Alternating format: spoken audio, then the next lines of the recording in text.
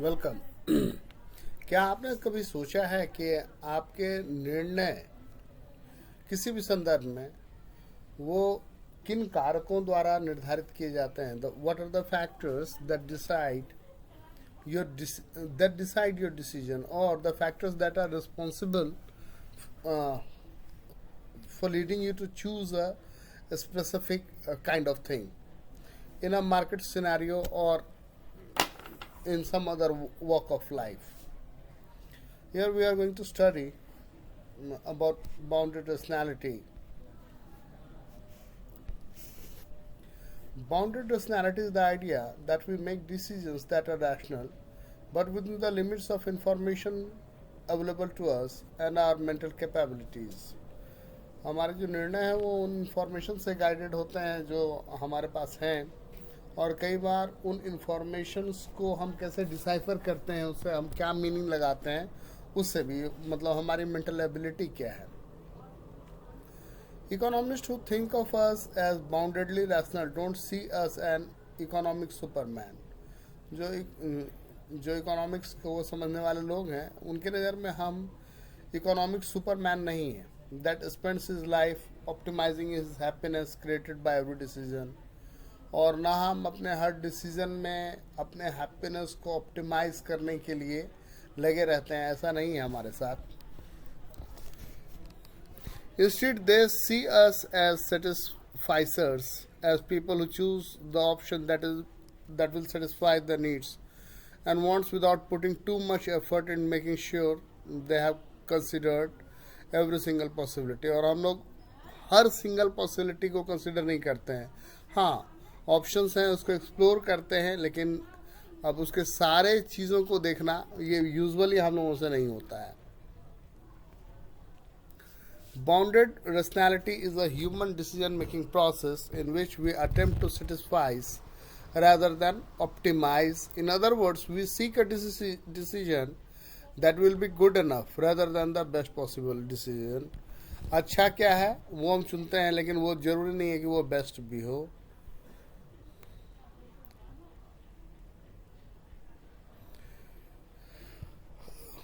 अब बायस कहाँ से आता है?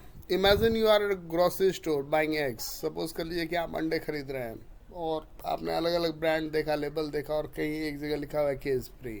अब आपके मन में लग रहा है कि भाई ये जो है ये ज़्यादा बेटर होगा, लेते हैं, इसको खरीदते हैं. ये डिसीजन आपको लगता है कि इथिकली सही है. क्यों? क्योंकि ये मुर्गियां जो हैं वो केज में नहीं थी, लेकिन आपने इसके बारे में सारा कुछ पता नहीं किया. Types of biasness. Individual effects. According to the decision-making process of bounded rationality, we are not inclined to find out all the necessary information that would be required to make a rational decision.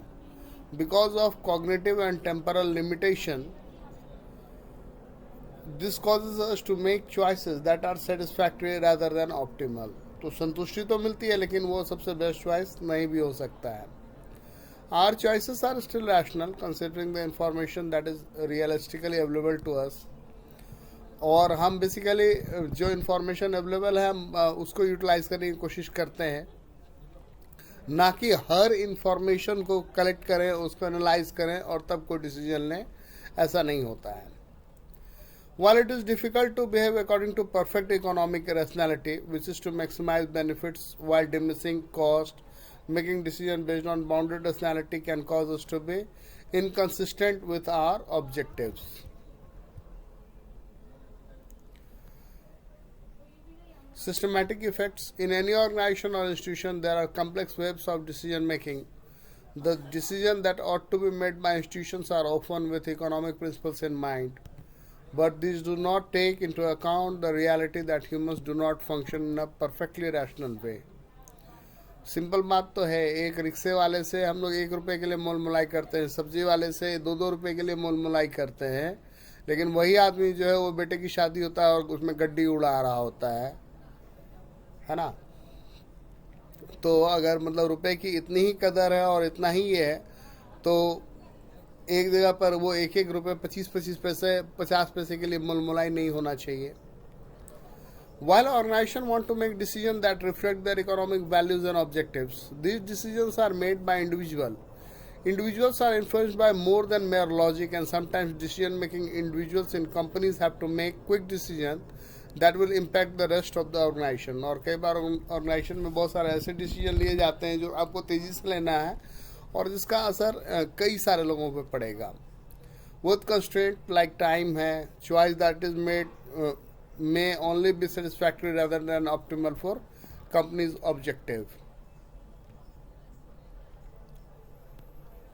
Need for bounded rationality. Bounded rationality causes us to make satisfactory choices, but that does not mean that those choices are optimal. Economists call us satisficers instead of homo economicus, which means perfect rational man and woman. We make good enough decisions instead of the best ones, leading us to choose inconsistently. Market में जाते हैं, label देखते हैं, sugar free है, organic है या whole wheat, और ये सारे क्वालिफायर्स जो हैं हमारे लिए वेग हैं and often do not mean what we think they do.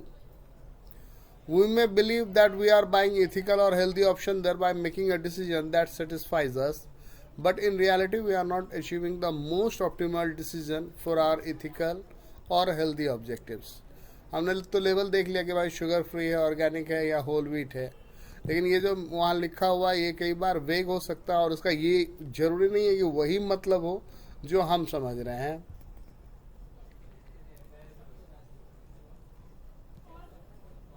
How to avoid it? Being aware of bounded rationality does not help us to overcome it, because knowing about the limits of our thinking capacity, the information that is available to us and time does not make those limitations disappear.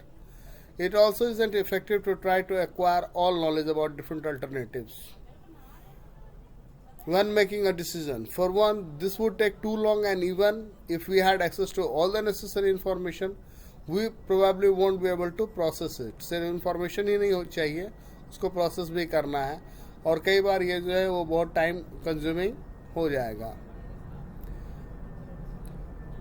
Herbert Simon, जिनको कि Nobel prize मिला था अपने काम के लिए behavioural science में, उन्होंने ये बाउंडेड रैशनैलिटी का आइडिया दिया था 1955 में, to counter the commonly held belief that being economical was equivalent to being rational.